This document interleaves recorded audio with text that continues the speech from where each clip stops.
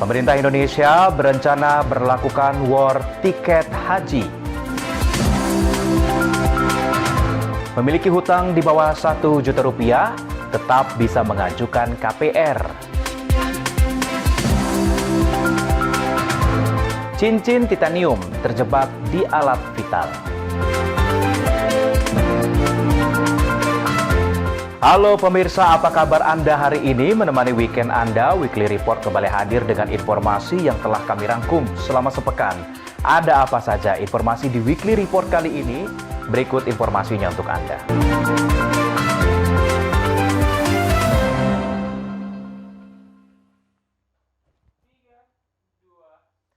Informasi pertama di Weekly kali ini pemirsa, Menteri Haji dan Umroh Muhammad Irfan Yusuf ini memperingatkan ke seluruh warga negara Indonesia untuk tidak nekat berangkat haji tanpa visa haji. Tahun ini, pemerintah Arab Saudi akan lebih ketat mengawasi dengan sanksi terberat masuk dalam daftar hitam atau blacklist selama 10 tahun ke Arab Saudi. Presiden Prabowo berkomitmen untuk memantapkan sistem persiapan layanan haji tahun 2026 hampir rampung. Saat ini pemerintah sedang memasuki tahap pengecekan akhir menjelang operasional penyelenggaraan ibadah haji. Hal ini disampaikan Menteri Haji dan Umrah Muhammad Irfan Yusuf saat konferensi pers di kantor KSP Jakarta pada Rabu 15 April 2026. Gus Irfan memperingatkan ke seluruh warga negara Indonesia tidak nekat berangkat haji tanpa visa haji. Pada tahun ini, pemerintah Arab Saudi akan lebih ketat mengawasi. Irfan menyebut Arab Saudi akan lebih ketat dalam hal pemeriksaan memasuki wilayahnya nanti. Lebih jauh, Irfan mengingatkan berbagai sanksi menunggu bagi mereka yang nekat. Pada titik terparah adalah masuk dalam daftar hitam atau blacklist selama 10 tahun ke Arab Saudi. Irfan menjelaskan seluruh akomodasi jemaah haji dipastikan siap, baik di Mekah maupun di Madinah. Untuk di Mekah, tersedia 177 hotel tersebar di sejumlah wilayah seperti Jarwal, Misfalah, Raudah, Syisyah, dan Al-Yudiyah. Di Madinah, terdapat 100 hotel seluruhnya di Markaziyah sehingga tidak diperlukan kendaraan menuju Masjid Nabawi. Layanan transportasi juga telah dipersiapkan meliputi bus antar kota dari Madinah ke Mekah, Jeddah ke Mekah, serta rute pemulangan dari Mekah ke Madinah maupun ke Jeddah. Selain itu, bus sholawat yang beroperasi selama 24 jam untuk mengangkut jamaah dari pemondokan ke Masjidil Haram telah siap digunakan. Bus masyair untuk pergerakan jamaah ke Arafah, Musdalifah, dan Mina juga telah disediakan. Di sektor kesehatan, Kementerian Haji didukung 40 klinik di Mekah dan 5 klinik di Madinah, dengan setiap kloter didampingi 1 dokter dan 1 tenaga kesehatan. Pemerintah juga bekerja sama dengan rumah sakit besar di Arab Saudi untuk menunjang layanan medis. Selain itu, terdapat 51 dapur untuk di Mekah, dan di Madinah tersedia 23 dapur untuk memenuhi kebutuhan konsumsi jamaah. Persiapan layanan. Persiapan layanan haji hampir selesai 100%. Tahapan saat ini adalah pengecekan akhir seluruh layanan menjelang operasional haji. Jadi semua sudah tersiapkan.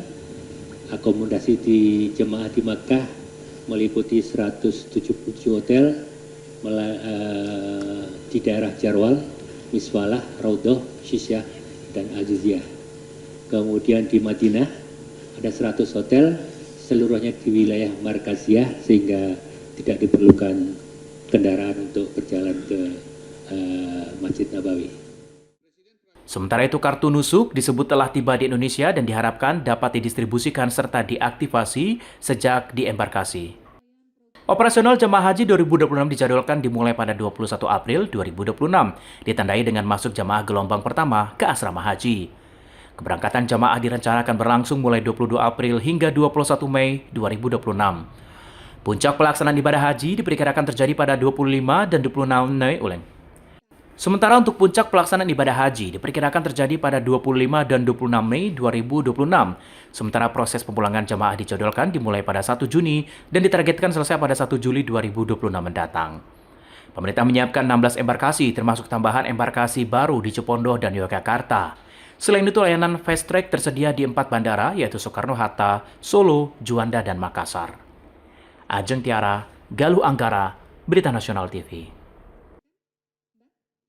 Sementara itu, Menteri Haji dan Umrah Muhammad Irfan Yusuf juga menegaskan wacana penerapan skema war tiket haji ini masih sebatas pembahasan awal dan belum akan ditetapkan ataupun diterapkan dalam waktu dekat.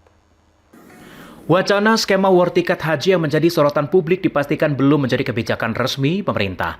Hal ini disampaikan Menteri Haji dan Umroh Muhammad Irfan Yusuf usai rapat kerja bersama Komisi 8 DPR RI di Senayan, Jakarta pada Selasa 14 April 2026.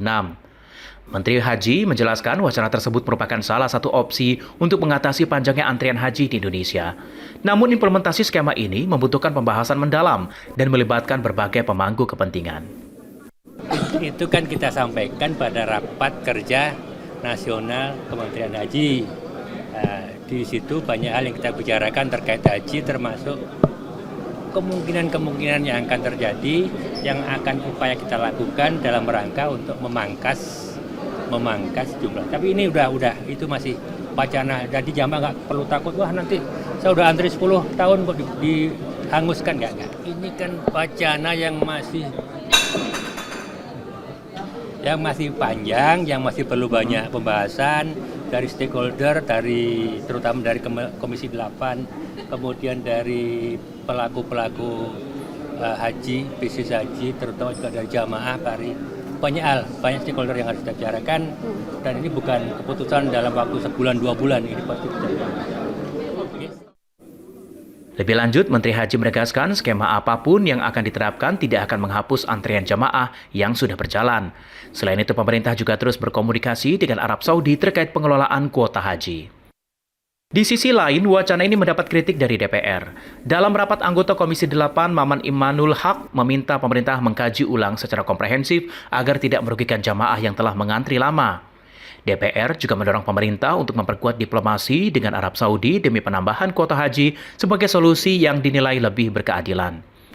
Pemerintah menegaskan pembahasan skema baru pengelolaan antrian haji akan dilakukan secara hati-hati dengan tetap mengutamakan perlindungan hak jamaah. Indonesia merupakan negara dengan jumlah jemaah haji terbesar di dunia. Keterbatasan kuota dari Arab Saudi menyebabkan antrian keberangkatan haji sangat panjang, bahkan mencapai puluhan tahun di sejumlah daerah. Wacana war tiket haji muncul sebagai salah satu opsi untuk mempercepat antrian. Namun wacana ini menimbulkan pro dan kontra karena dinilai berpotensi menggeser prioritas jemaah yang telah lebih dulu mendaftar. Pemerintah saat ini masih mengkaji berbagai opsi, termasuk penambahan kuota dan perbaikan sistem antrian agar lebih adil dan transparan. Lydia Junita, Anggada Agung, Berita Nasional TV. Kita beralih ke informasi lain, pemirsa. Pemerintah terus mempercepat penanganan sampah perkotaan melalui teknologi pengolahan sampah yang menjadi energi listrik. Saat ini telah ditetapkan 20 wilayah aglomerasi sebagai prioritas utama investasi.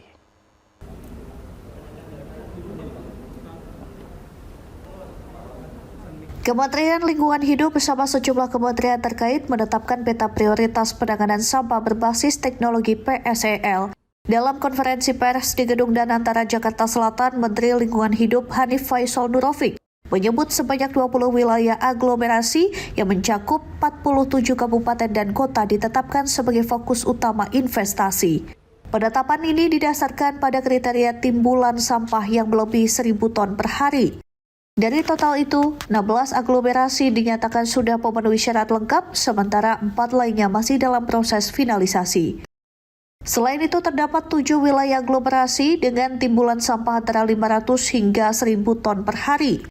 Namun wilayah ini baru mendapatkan rekomendasi karena belum memenuhi ambang batas minimum PSEL sesuai peraturan Presiden.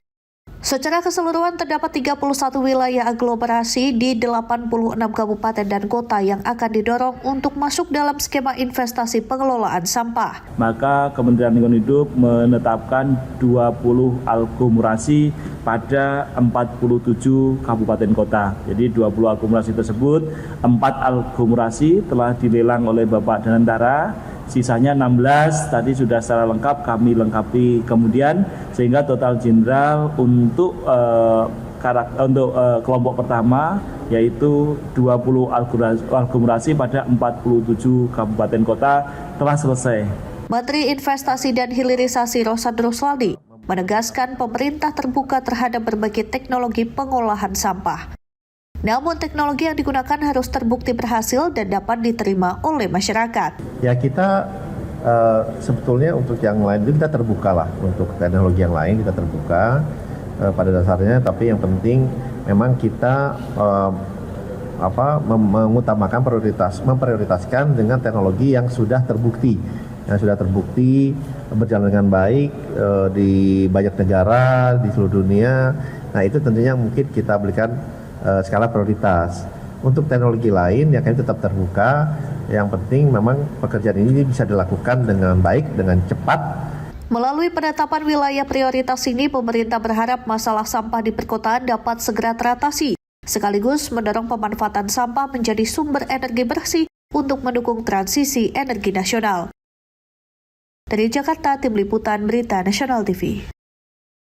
Ya, pemerintah memprediksi sekitar 30.000 siswa-siswi akan mengikuti pembelajaran di seluruh sekolah rakyat di tanah air pada tahun ajaran baru 2026-2027. Pelaksanaan rekrutmen ini akan menggunakan skema penjangkauan dengan bantuan DTSN. Pemerintah terus menggenjot pelaksanaan program Sekolah Rakyat. Menteri Sosial Saifullah Yusuf mengungkapkan tahun 2026, Sekolah Rakyat akan menampung sekitar 46.000 lebih siswa-siswi di Indonesia. Angka ini diurai dalam 2 tahap, yakni tahap pertama pada tahun 2025 sekitar 16.000, serta pada tahun ajaran baru Juli 2026, Kementerian Sosial memproyeksikan ada 30.000 siswa-siswi. Menjelang tahun ajaran baru Juli mendatang, sejumlah sekolah rakyat tahap 2 diprediksi akan rampung pada Juni nanti. Gus Ipul menjelaskan saat ini pihaknya sedang memproses seleksi guru, tenaga kependidikan, hingga penjangkauan calon siswa yang sesuai dengan data Tunggal Sosial Ekonomi Nasional atau DTSN. Prediksi ini disampaikan Gus Ipul usai data tinjauan disampaikan Menteri Pekerjaan Umum Dodi Hanggodo ke sejumlah titik sekolah rakyat Provinsi Jawa Timur pada Minggu 12 April 2026. Ya, memang targetnya seperti itu ya, sebagaimana yang disampaikan oleh Menteri Pekerjaan Umum Dodi ya. Memang kita punya target bulan Juni karena bulan Juli nanti itu sudah mulai proses pembelajaran ya tahun 2026-2027. Kalau tahun lalu hampir 16.000 siswanya, diperkirakan tahun ini kita bisa mencapai sekitar 30.000 siswa. Jadi kalau 30.000 siswa ditambah sekitar hampir 16.000, maka tahun ini itu akan ada 46.000 siswa yang akan ikut proses pembelajaran di sekolah rakyat. Nah, untuk itu sekarang kita sedang memulai seleksi guru, seleksi tenaga kependidikan, dan juga mulai proses penjangkauan. Jadi kita tidak ada membuka pendaftaran ya untuk siswa sekolah rakyat, tapi penjangkauan mereka keluarga-keluarga di desil 1, desil 2 yang ada di DTSN, Data Tunggal Sosial Ekonomi Nasional. Dari Jakarta, Anggada Agung, Berita Nasional TV. Ya, selain itu program Sekolah Rakyat gagasan Presiden Republik Indonesia Prabowo Subianto memberikan akses pendidikan gratis dan fasilitas lengkap bagi anak-anak dari keluarga yang kurang mampu. Salah satunya ini dirasakan oleh Raisa Alena Wijayanto, siswi di Surakarta yang kini kembali bersekolah dan menata harapan setelah terkendala biaya akibat perceraian kedua orang tuanya. Perceraian orang tua jelas tak pernah diharapkan seorang anak. Hal ini yang dirasakan Raisa Alena Wijayanto, siswa kelas 5 di Sekolah Rakyat Dasar 2, Surakarta, Jawa Tengah. Sejak orang tuanya bercerai, Raisa dan saudara kembarnya tinggal bersama Bude, yaitu kakak perempuan dari orang tua mereka di Karanganyar, lantaran kedua orang tua Raisa sudah tidak mampu membiayai sekolah mereka. Agar tidak menyusahkan keluarga, Raisa dan kembarannya diajukan ke Sekolah Rakyat dan diterima menjadi siswa kelas 5 di SRD 2 Surakarta. Bisa sekolah di Sekolah Rakyat membuat semangat Raisa pelan-pelan terbangun dan tumbuh berkembang, apalagi ditopang dengan sejumlah fasilitas memadai. Sekolah Rakyat memberikan berbagai fasilitas lengkap, mulai dari seragam tas, sepatu, hingga asrama dengan tempat tidur dan perlengkapan pribadi. Ruang kelas yang bersih dan dilengkapi papan interaktif digital serta dukungan guru membantu Raisa menumbuhkan cita-cita menjadi polwan. Untuk kebutuhan nutrisi, sekolah menyediakan 3 kali makan dan 2 kali kudapan setiap hari bagi para siswa. Raisa mengaku bersyukur dapat bersekolah dan berterima kasih kepada Presiden Prabowo Subianto atas program Sekolah Rakyat ini. Sebagai ungkapan terima kasih, Raisa menulis surat untuk Presiden yang berisi harapan dan semangat untuk meraih masa depan yang lebih baik. Tim Liputan, Berita Nasional TV. Kami akan kembali usai jeda, tetaplah bersama kami.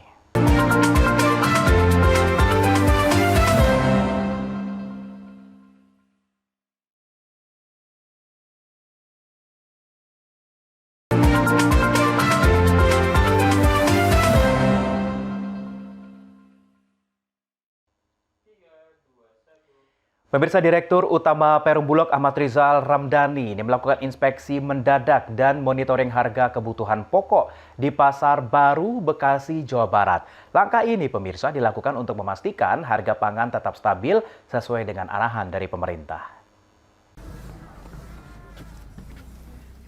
Berbagai cara dilakukan pemerintah demi menjaga daya beli masyarakat. Pemerintah melalui Perum Bulog terus intensif melakukan pengawasan langsung di lapangan.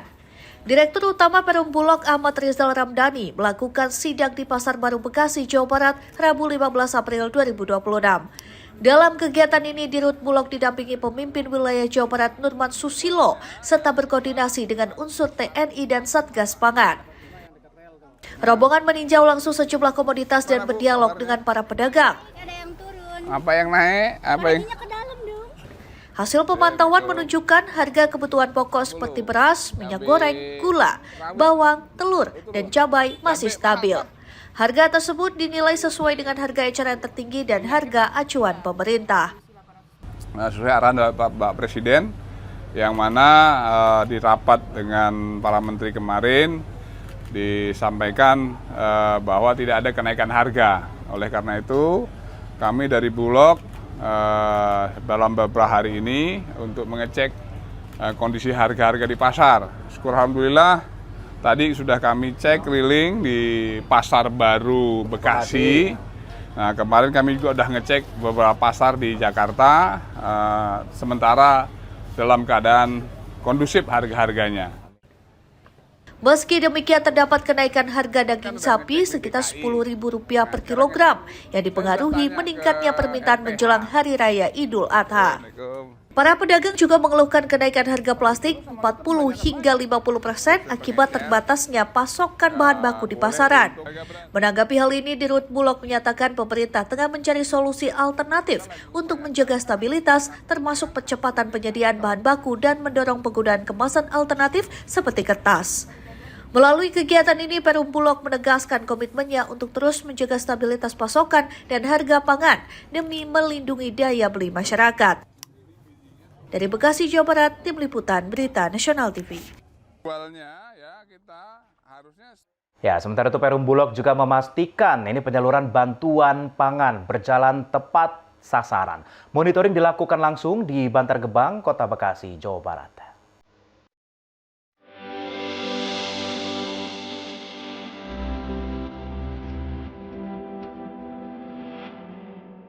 Untuk memastikan penyaluran berjalan optimal, Perum Bulog turun langsung ke lapangan melakukan monitoring bantuan pangan di Kelurahan Bantar Gebang, Kota Bekasi pada Rabu 15 April 2026. Monitoring dipimpin langsung Direktur Utama Perum Bulog Ahmad Rizal Ramdhani, didampingi pemimpin wilayah Jawa Barat Nurman Susilo serta pemerintah daerah setempat. Antri, apa-apa ya, sabar ya. Semua kebagian, asal. Pengecekan ini dilakukan untuk memastikan bantuan pangan tersalurkan dengan lancar, tepat sasaran, dan sesuai aturan pemerintah. Program ini merupakan inisiatif pemerintah atas arahan Presiden Republik Indonesia Prabowo Subianto untuk menjaga ketahanan pangan dan membantu masyarakat. Di lokasi penyaluran, warga terlihat antusias mengambil bantuan. Sejak pagi, antrian penerima masih terus berdatangan. Setiap penerima mendapatkan 20 kg beras dan 4 liter minyak goreng untuk alokasi 2 bulan, yaitu Februari dan Maret. Di Kelurahan Bantar Gebang tercatat sekitar 2.066 penerima bantuan, sementara secara nasional menyentuh lebih dari 33 juta penerima. Penyaluran ini melibatkan sinergi Bulog, pemerintah daerah, dan TNI agar distribusi berjalan cepat dan tepat sasaran. Terima kasih Pak Prabowo atas bantuan pangannya. Bulog menargetkan penyaluran bantuan ini rampung hingga akhir Mei 2026 dengan harapan seluruh penerima mendapatkan haknya. Melalui monitoring ini, Bulog menegaskan komitmen untuk menjaga kelancaran distribusi serta memastikan bantuan benar-benar dirasakan masyarakat. Dari Bekasi, Tim Liputan Berita Nasional TV.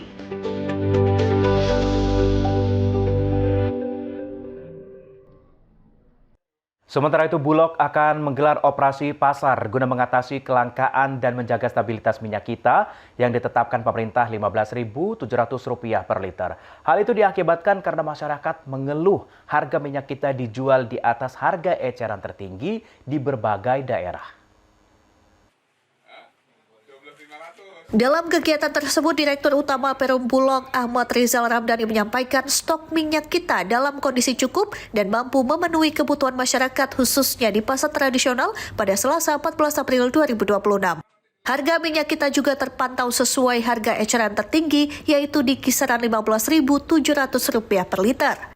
Sementara itu, permintaan minyak kita disebut meningkat seiring pergeseran konsumsi masyarakat dari minyak curah ke minyak kemasan sederhana. Kami beserta pemerintah yang lain melaksanakan pengecekan secara rutin, di mana pengecekan ini dilakukan seminggu 3 kali. Dan ini bergiliran ke berbagai daerah dan dilakukan bukan hanya yang di pusat Jakarta saja, tapi di seluruh tanah air. Ya, di seluruh tanah air oleh para Pimwil dan Pincap Bulog beserta Satgas Pangan yang ada di masing-masing daerah. Alhamdulillah tadi juga kita bisa saksikan bersama untuk harga beras stabil, ya, harga SPHP tetap 12.500 per kilo, kemudian beras premium juga 14.900 per kilogram, alhamdulillah stabil. Minyak kita juga 15.700 per liter. Ada 2 packaging pertama per liter, ada yang per 2 liter, jadi menyesuaikan dengan kebutuhan masyarakat. Jadi stok juga minyak kita alhamdulillah nih sudah mulai terpenuhi ya, mulai hari ini, dan mudah-mudahan ke depan juga semakin ditambah lagi Pimwil DKI ya, khususnya stok minyak kita, jangan sampai minyak kita langka di pasaran. Karena kalau langka nanti berdampak kepada harga-harga yang lain. Untuk mengantisipasi peningkatan permintaan, Perum Bulog telah mengajukan penambahan kuota pasukan agar distribusi tetap terjaga. Langkah ini dilakukan guna memastikan masyarakat tidak mengalami kesulitan dalam mendapatkan minyak kita di pasar. Dari Jakarta, Natasha Galuh Anggara, Berita Nasional TV. Ya, ini kabar baik nih ya bagi masyarakat yang ingin mengajukan KPR tapi memiliki tagihan sebesar Rp1 juta. Menteri Perumahan dan Kawasan Pemukiman Marwarar Sirait menegaskan masyarakat berpenghasilan rendah terdaftar dalam SLIK tetapi terhalang oleh tagihan di bawah Rp1 juta tetap bisa memiliki rumah untuk mengajukan KPR rumah.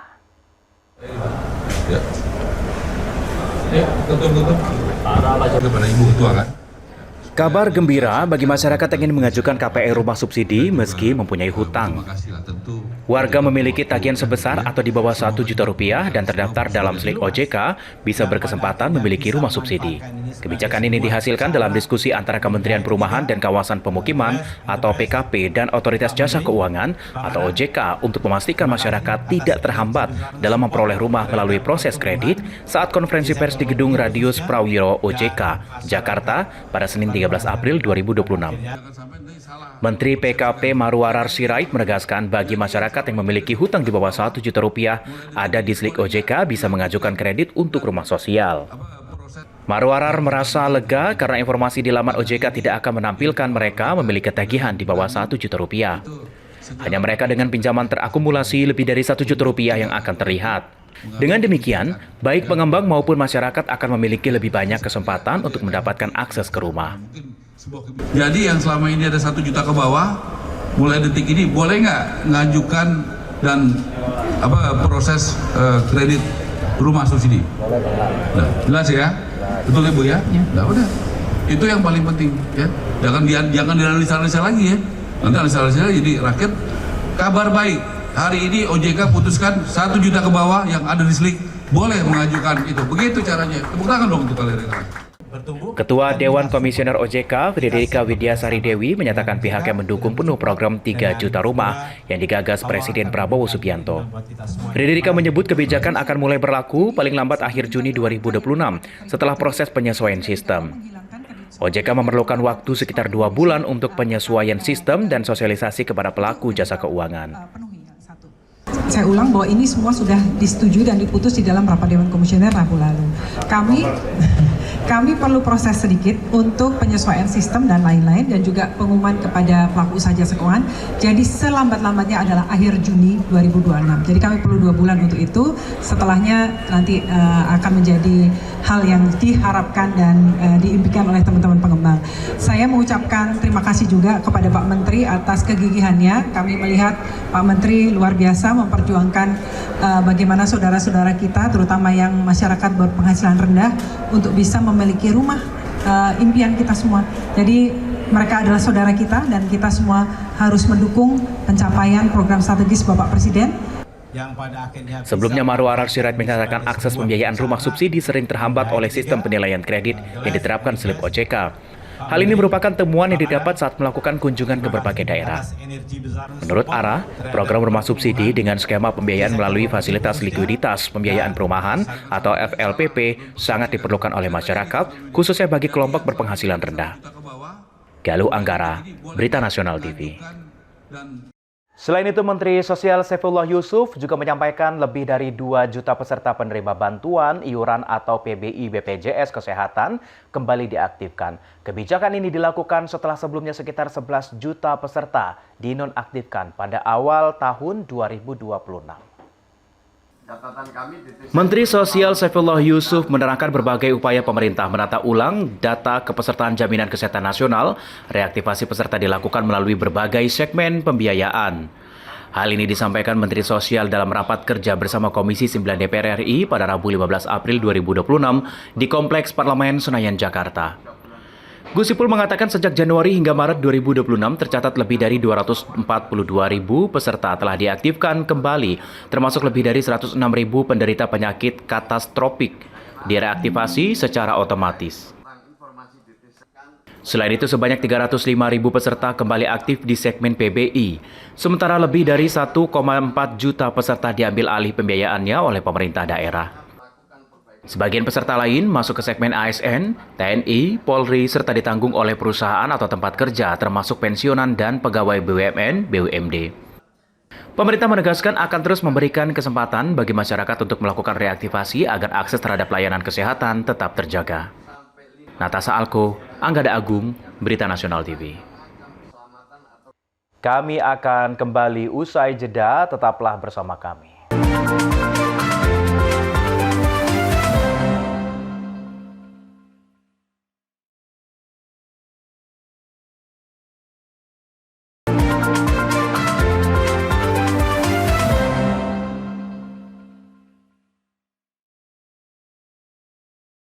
Ya, pemirsa, harga plastik di sejumlah daerah yang terus mengalami kenaikan yang cukup signifikan. Kenaikan harga plastik yang kian melambung ini dirasakan penjual kerupuk di Kabupaten Kuningan yang harus memutar otak agar tidak merugi.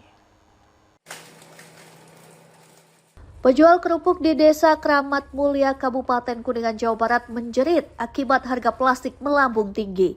Pasalnya plastik merupakan bahan utama untuk membungkus kerupuk untuk dijual di pasaran. Saat ini harga plastik tembus Rp50.000–54.000 per kilonya, padahal harga sebelumnya hanya Rp28.000 per kilonya. Naiknya harga plastik membuat penjual kerupuk harus mengocek modal lagi untuk membeli plastik pembungkus kerupuk. Tidak hanya itu, dampak kenaikan harga plastik berdampak kepada harga kebutuhan lainnya seperti harga minyak curah. Salah seorang penjual kerupuk, Mamat Rahmat, mengaku akibat harga plastik naik omsetnya menurun drastis. Biasanya dalam sehari bisa menjual kerupuk hingga 4.000, kini paling hanya 2.500 saja. Bahkan dirinya terpaksa menaikkan harga jual serta mengurangi kerupuk perbungkusnya agar tidak merugi. Dengan harga plastik naik. Emang seberapa sekarang, Pak? Pertama awal dari 28, lalu 433, dari 33 naiknya 48, lebih dari separuhnya. Sekarang harga sekarang 54 per kilo. Per kilonya harga plastiknya 54.000. Iya, 54. Para pelaku UMKM berharap kepada pihak terkait turun tangan agar harga plastik kembali normal. Dari Kuningan, Jawa Barat, Tim Liputan Berita Nasional TV. Kita beralih ke informasi lain pemirsa. Operasi serentak bertajuk Wira Waspada digelar Direktorat Jenderal Imigrasi di seluruh Indonesia. Di Kabupaten Bekasi, petugas mengamankan puluhan warga negara asing yang diduga tenaga kerja ilegal saat bekerja di proyek konstruksi.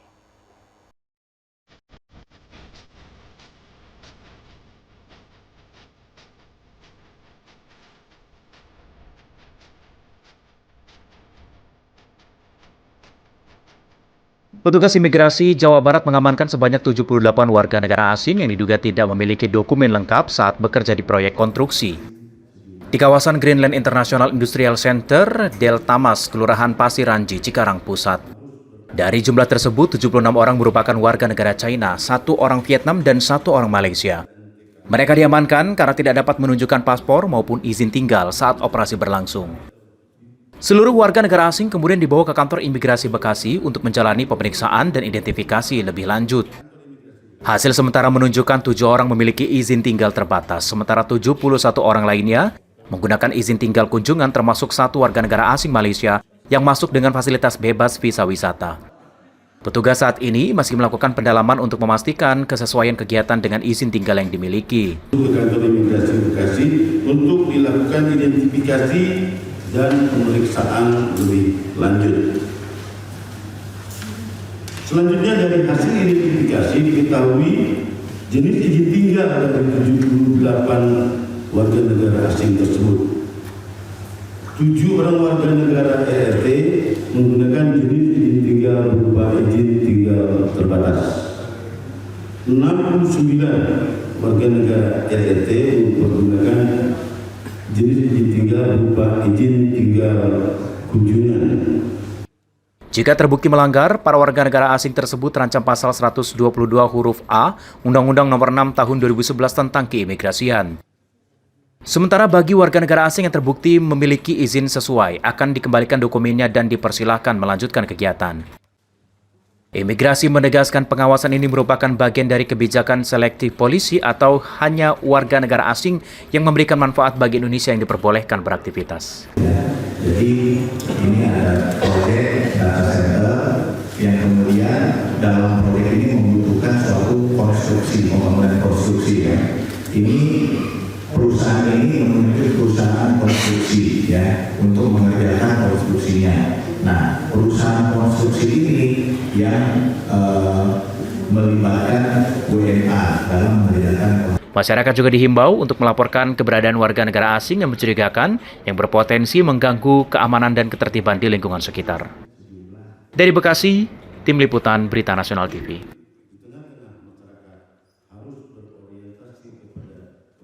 Ya, lagi-lagi parkir liar. Razia parkir liar digelar oleh petugas gabungan Sudin Perhubungan dan Satlantas Jakarta Barat di kawasan Kembangan, Jakarta Barat. Hasilnya, petugas menindak tegas kendaraan dengan cara cabut pentil ban kendaraan demi memberi efek jera. Petugas gabungan dari Suku Dinas Perhubungan Jakarta Barat dan Satuan Lalu Lintas Jakarta Barat menggelar penertiban parkir liar di Jalan Puri Kembangan, Jakarta Barat pada Jumat 10 April 2026. Kedatangan petugas membuat sejumlah pengendara sepeda motor yang memarkirkan kendaraannya secara sembarangan panik. Mereka berusaha memindahkan kendaraannya. Rambu lalu lintas larangan parkir terpasang di bahu jalan tak dihiraukan pengendara. Banyak kendaraan nekat parkir di bahu jalan.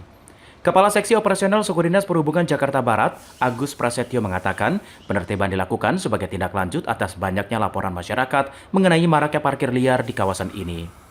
Dalam operasi ini, petugas menindak tegas pelanggar dengan cara mencabut pentil ban kendaraan yang parkir sembarangan. Tujuannya memberikan efek jera. Selain itu, sebagian kendaraan diangkut menggunakan mobil derek. Dihitung-hitung, 8 sepeda motor diangkut petugas dan 80 kendaraan terkena cabut pentil. Pagi hari ini kita giat di kawasan Puri, ya, CNI dan sekitarnya.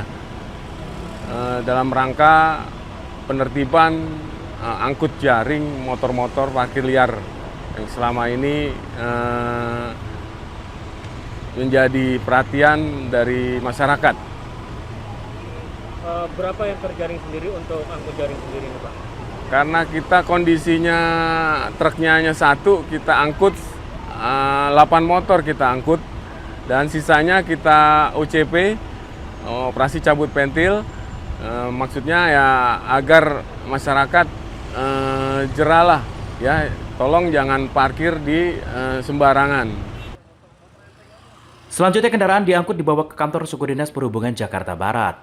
Pemilik kendaraan diwajibkan membuat surat pernyataan agar tidak mengulangi pelanggaran serupa.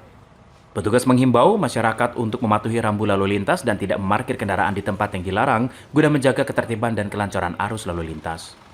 Tim Liputan, Berita Nasional TV.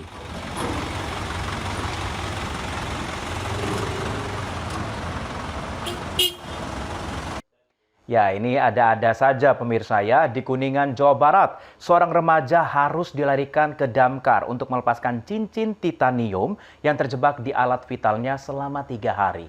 Cincin tersebut sengaja dipasang di tempat yang tak lazim setelah menonton cuplikan video di internet.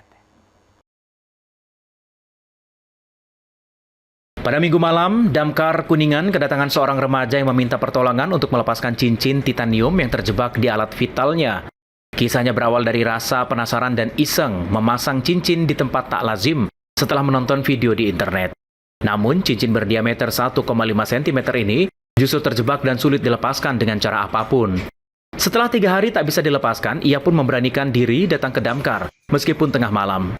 Di tengah kebingungan dan keheranan, petugas damkar pun silih berganti berusaha mengevakuasi cincin tersebut dengan penuh kehati-hatian. Remaja tersebut akhirnya bisa bernafas lega setelah regu damkar berhasil melepaskan jeratan cincin di alat vitalnya setelah memakan waktu 30 menit. Adapun teknik yang diterapkan saat evakuasi yakni melakukan penanganan selayaknya proses pelepasan cincin yang sulit dilepaskan di jari tangan.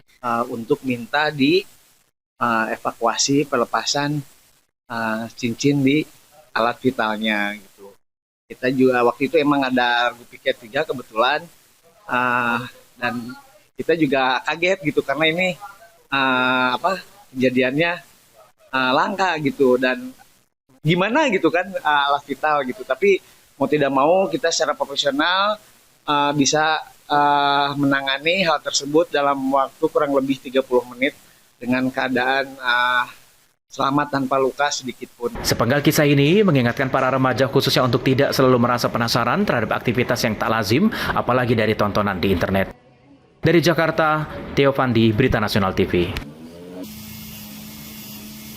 Ya, pemirsa, wisatawan pengunjung Kota Lama Semarang ini diduga menjadi korban pungutan parkir liar oleh segerombolan remaja di sekitaran depan Pringsewu, kawasan tersebut. Mau cari piro 20, duit 50, susu 10. Iya. Sendalai, Pak. Sendalai unlock kan?